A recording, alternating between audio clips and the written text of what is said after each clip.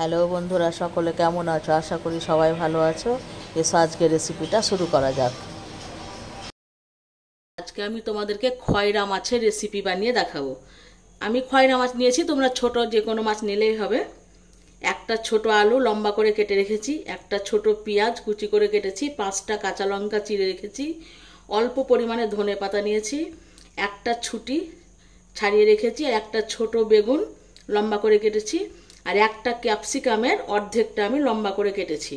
পরিমাণ মতো সরষের তেল নিয়েছি, পরিমাণ মতো লবণ নিয়েছি, আর এখানে 1 চামচ আদা বাটা, 1 চামচ ধনে গুঁড়ো, আর হলুদ নিয়েছি 1 চামচ। আর এখানে আমি 250 খয়রা মাছ আগে থেকে আমি ধুয়ে বেছে লবণ হলুদ মাখিয়ে ভেজে রেখেছি বন্ধুরা। এ দেখো, মাছটা আমি আগেই ভেজে রেখেছি। এরকম আমি একটা লোহার কড়াই বসিয়ে দিয়েছি।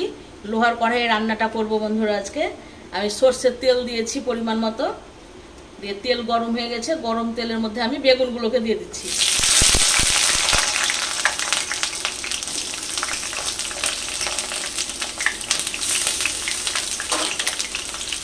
বেগুনগুলোকে ভালো করে একটু ভেজে, বেগুনগুলোকে আমি ভেজে অন্য পাত্রে উঠিয়ে রাখছি।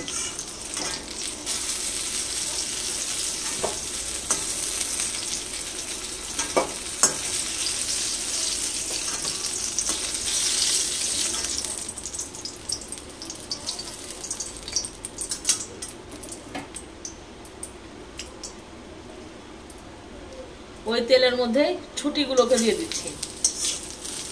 তোমরা খেয়েই দেখো একবার এরকম করে কেমন লাগছে। ছুটিগুলোকে আমি যে পাত্রে বেগুনটা উঠিয়ে রেখেছি ওই পাত্রে আমি উঠিয়ে রাখছি। 2 চামচ তেল দিয়ে দিলাম, দিয়ে এবার আলুগুলোকে দিয়ে দিচ্ছি।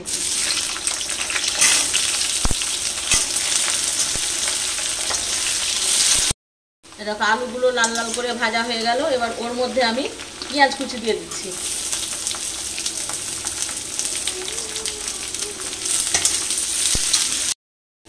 পেঁয়াজটা দেখো বাদামি কালারের হয়ে গেছে। এবার এর মধ্যে আমি এখন ক্যাপসিকামটা দিয়ে দিচ্ছি।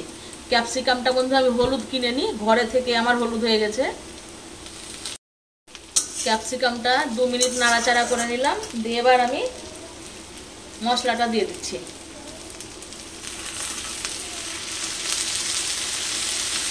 মশলার বাটি ধুয়ে একটু জল দিচ্ছি। এই সময় গ্যাসের আঁচটাকে কমিয়ে রাখবে।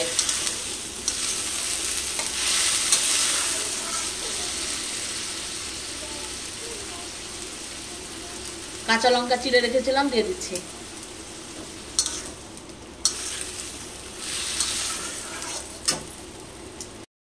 ছুটিগুলো দিয়ে দিচ্ছি। এখন মশলা থেকে তেল ছেড়ে গেছে, তার মানে মশলাটা কষানো হয়ে গেছে। এবার আমি এর মধ্যে দিচ্ছি যে বেগুনটা ভেজে রেখেছিলাম, এখন দিয়ে দিচ্ছি।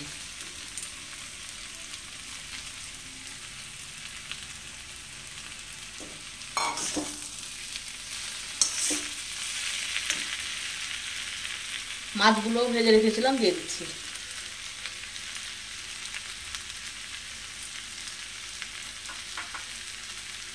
দিয়ে এবার খুব যত্ন করে বন্ধু একটু নাড়তে হবে, নয়তো মাছটাও ভেঙে যাবে, বেগুনটাও ঘেটে যাবে। গ্যাসের আঁচটাকে একটু কমিয়ে দিয়ে নাড়বে। এবার আমি জল দিয়ে দিচ্ছি খুব অল্প করে। এ দেখো গ্লাসটার সাইজ দেখো, অল্প করে আমি জল দিয়ে দিচ্ছি। এবার এই ছোট্ট গ্লাসের 1 গ্লাস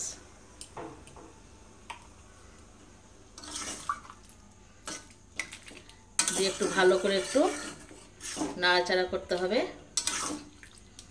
এটা রুটি দিয়ে, ভাত দিয়ে, যেটা দিয়ে খাবে খুব সুন্দর লাগবে। একবার খেয়ে দেখো তোমরা এরকম করে। আর একটু সামান্য জল লাগবে মনে হচ্ছে, আমি আর একটু জল দিয়ে দিচ্ছি।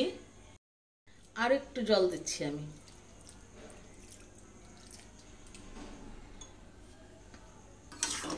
ভালো করে একটু নাড়াচাড়া করে দেব।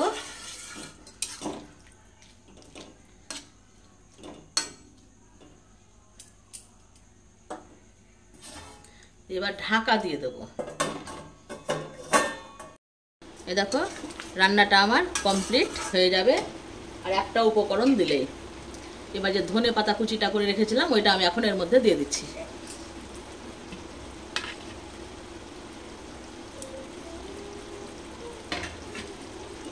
তাহলে তোমরা খেয়ে দেখো বন্ধুরা কেমন হয়েছে, ভালো লাগলে অবশ্যই আমাকে জানাবে।